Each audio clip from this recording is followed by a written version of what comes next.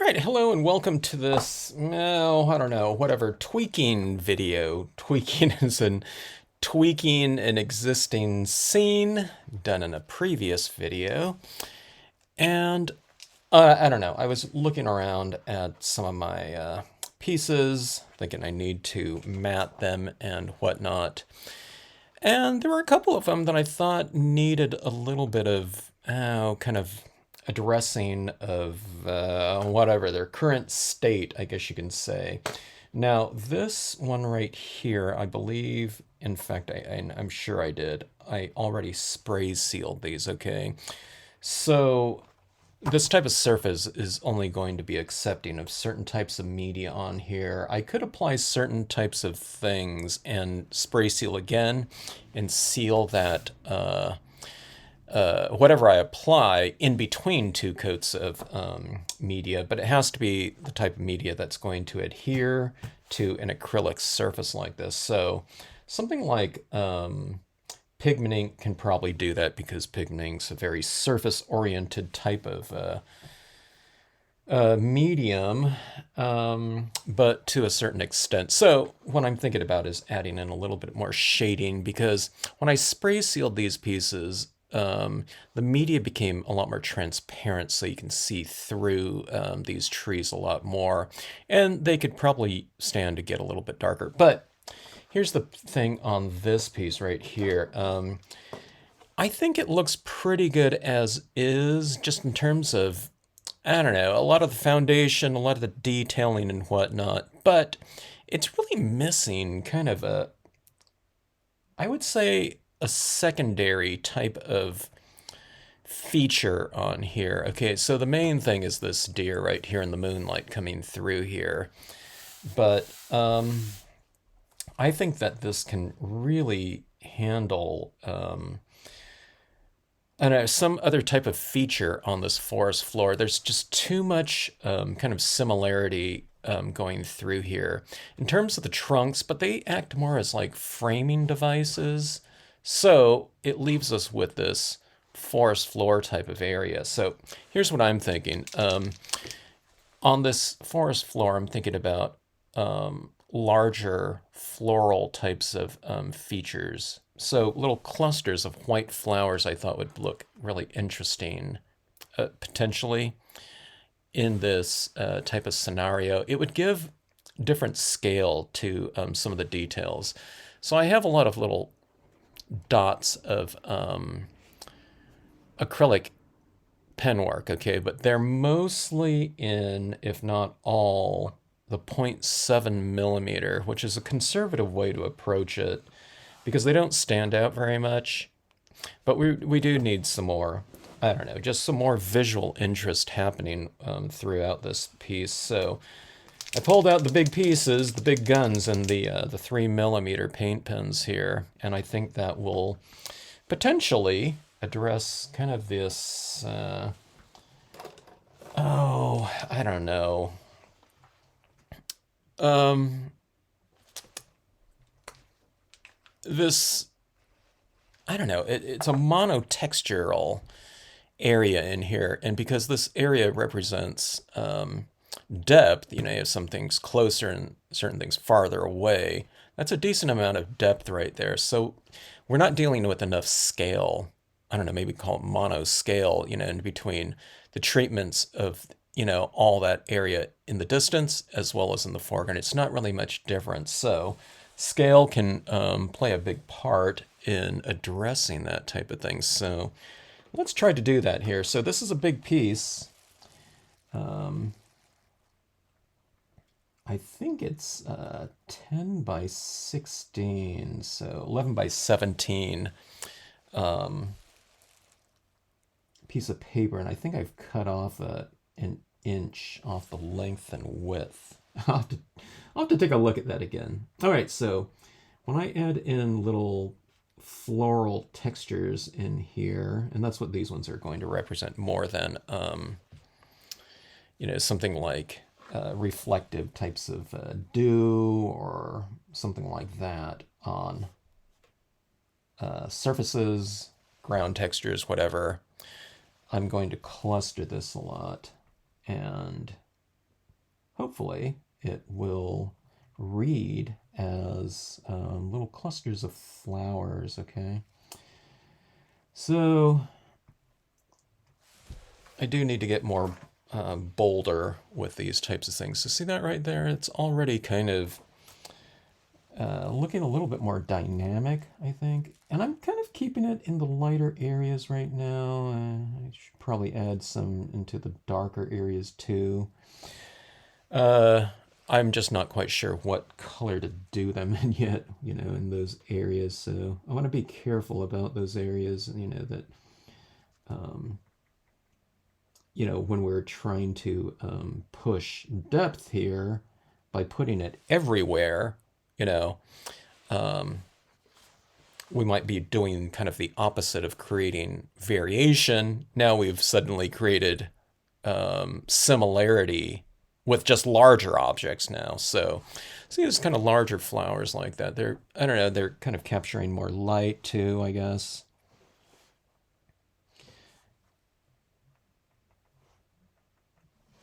So like that.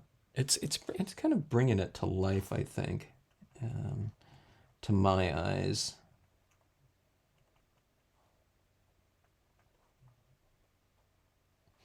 This is a big piece, so I don't think I would go back in. I don't think I would take the time to do this type of thing. Maybe, I don't know. Like if it was on a quarter-page card. But on this one, where we did spend a decent amount of time creating this piece with all these textural variations in here with the colored pencils. It's kind of I don't know. It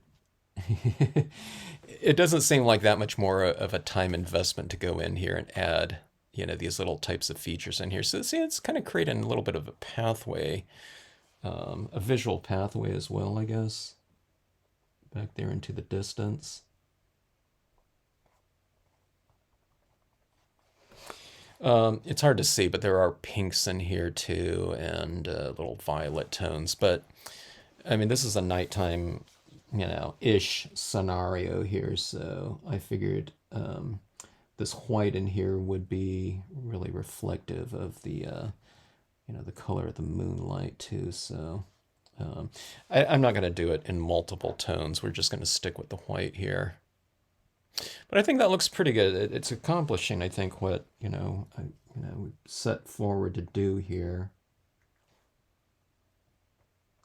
I just think it's bringing this whole area to life. I think as I'm doing this, I'm constantly going like this, and I'm taking a look at it. I'm looking at it also up in the screen because sometimes that helps me to kind of see how things look from a different perspective too. I'm talking about on my computer screen. But you also want to take a look too, just, straight ahead and just check it for, balance.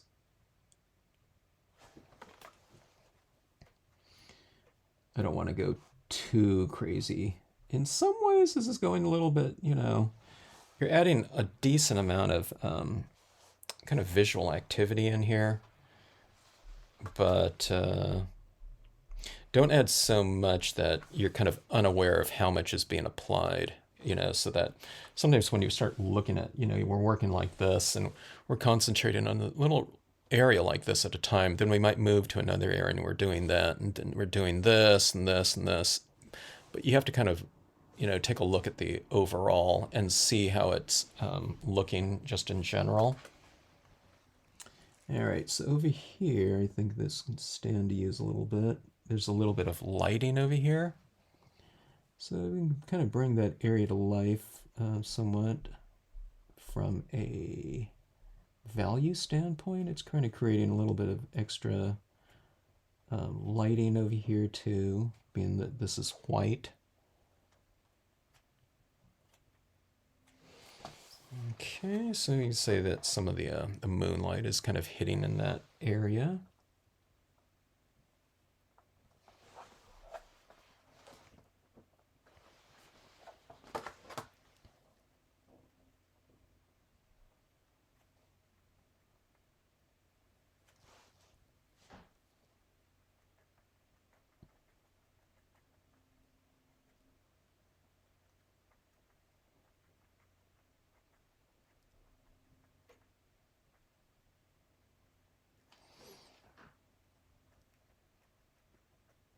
I'm kind of tapping this down with a slightly lighter touch in the background to get a smaller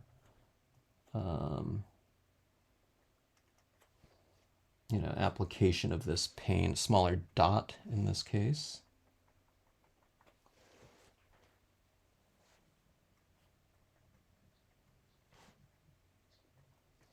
But I think this is much, much better. It's kind of giving a little bit of dimension to this surface down here too. It looks a little bit more three-dimensional, I think. All right, now let me try to get a little bit more clustering going on. Sometimes when I'm adding this down, I'm spacing out like each flower equally. And it looks a little bit better when it's a little bit more kind of random. Not everywhere, but kind of interspersed within the patterning, okay? Something like that.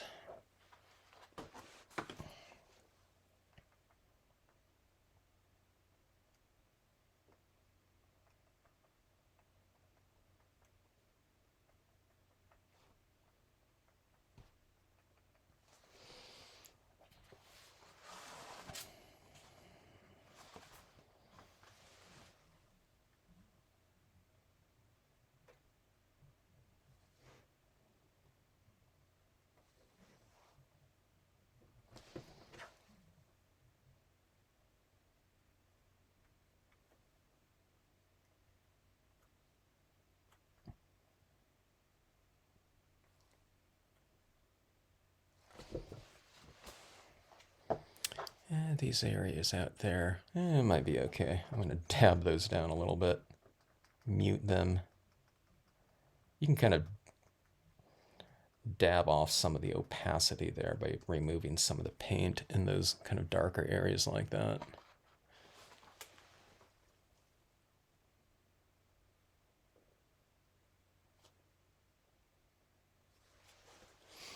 All right, I think that should do it. Well, let's see.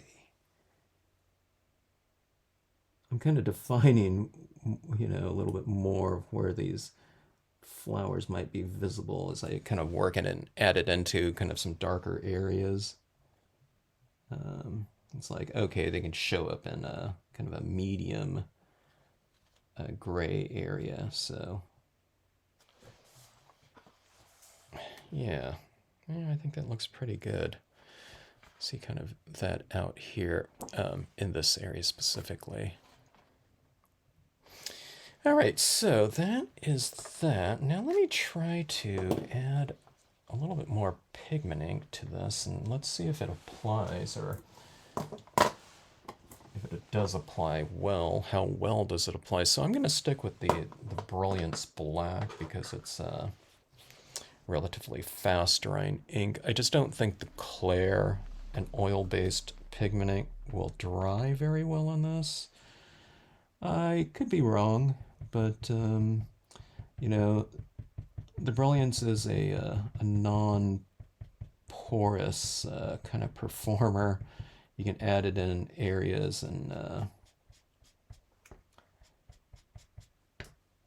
like glossy cardstock, and it'll dry. Okay, it seems to be applying pretty well on here.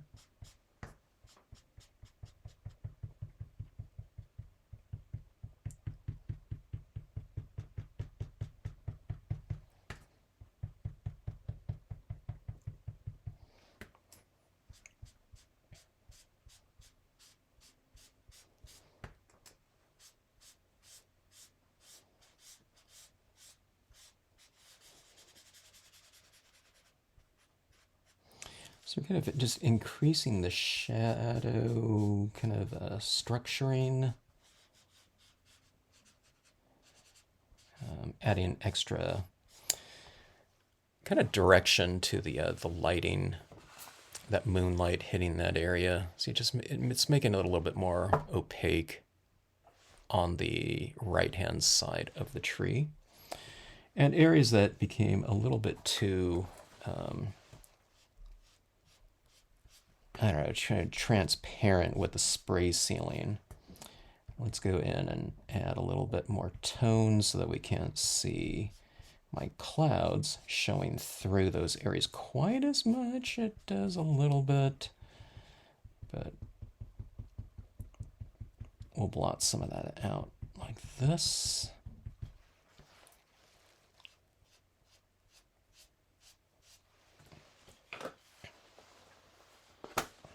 Kind of adds a little bit more drama, I think.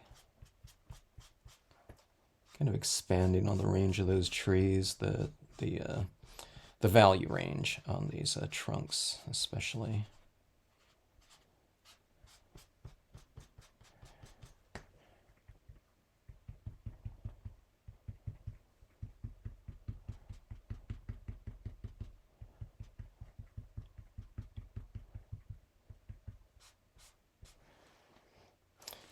Yeah, okay.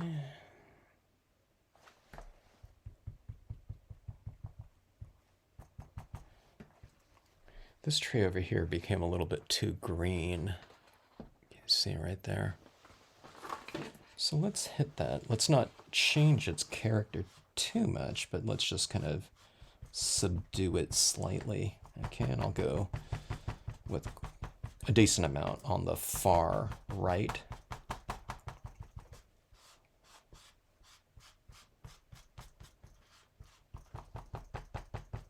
It's one of those things I don't do too often. I mean, hardly at all. I usually don't go in and manipulate the pieces post spray sealing. But I mean, it's not a bad thing to do. I just don't really take that amount of time to do, you know, something like that on a, like I said, you know, like a quarter-page card, you know, where it's just not going to be, you know, that big of a factor, you know. On here, you know, there's a, you know, 7 inches of tree trunk by 2, so it's like 14 square inches, or you know what I mean, something like that. If I'm kind of doing a large piece like this, these are the Art Foamies tree trunks, the 9-inch tree trunks. So, you know, there's quite a bit of space to kind of manipulate in here. Whereas if I was doing it on a quarter-page card, it might, you know, it's just like a, you know, 3-inch length or something like that by, I don't know, whatever, 2 inches or, well, less than that. But so this is, you know, we're talking about a significant amount of space on these larger pieces. So you might as well go in it. I mean, it doesn't take too much time. And if it's going to really improve it, why not?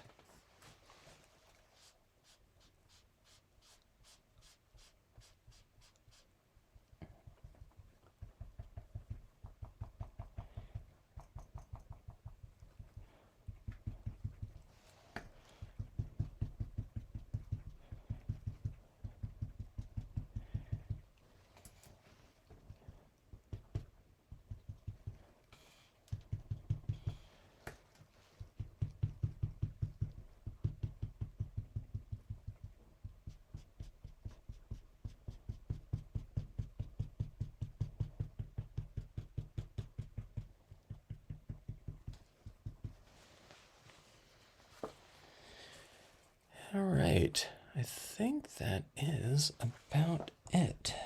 Let's see if I can develop the shadows slightly more.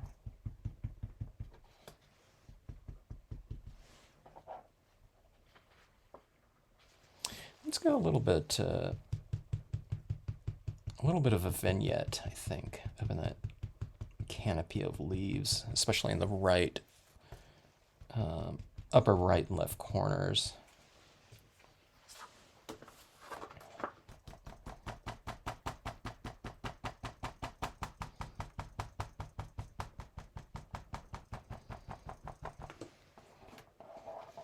And again, I will spray seal this.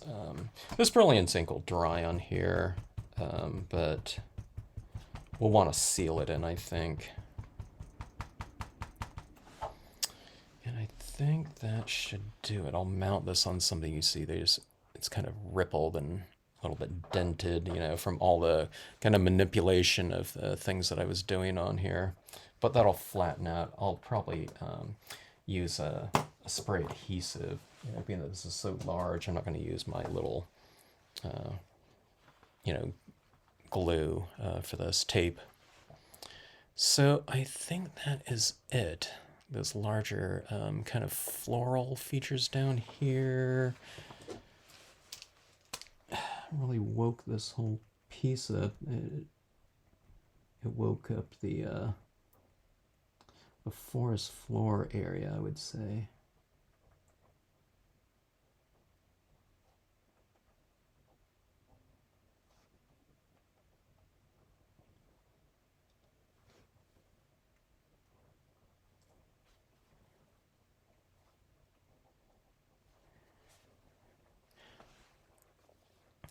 Kind of going a little more extreme.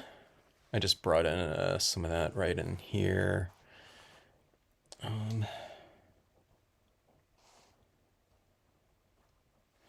It is an extreme size for a scene, so why not go a little bit, a little bit extreme in the, I don't know, these little additive types of features here. I'm starting to see. I start off pretty conservative, where you can't see too many things, then I get a little bit more, I don't know, whatever, gutsy and whatnot as the look kind of develops, and I'm more comfortable with I don't know, whatever the change in look or whatever the additive types of things. Okay, let's see. I just think it's so much more dimensional now. I am thinking about colors in here, but I think the white is really effective.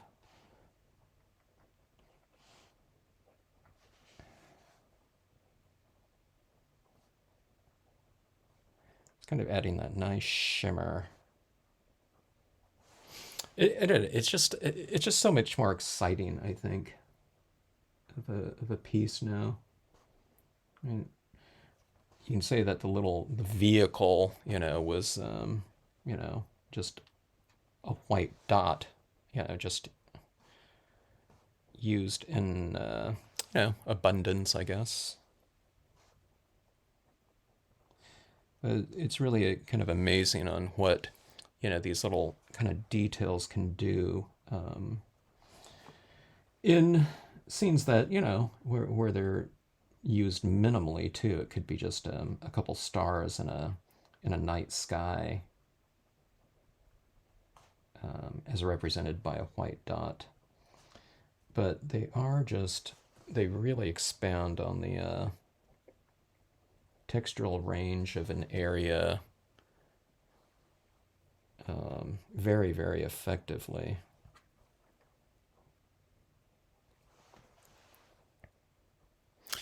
All right. Kind of an awakening here. I think that is it. Okay. So that is my very large piece. I think it's my moon in the forest floor piece.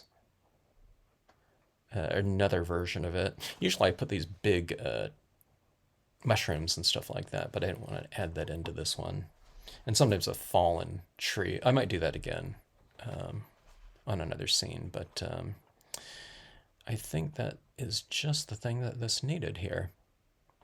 So anyways, hope you enjoyed the I don't know, I wouldn't call it a minor tweak. It was pretty significant in this case, but again, I just think it really kind of woke up the scene quite a bit from a textural standpoint, from a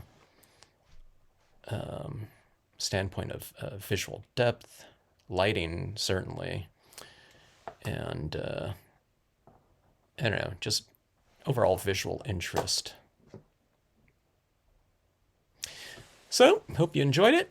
Again, thanks for watching. Thanks as always for tuning into the Stampscapes channel.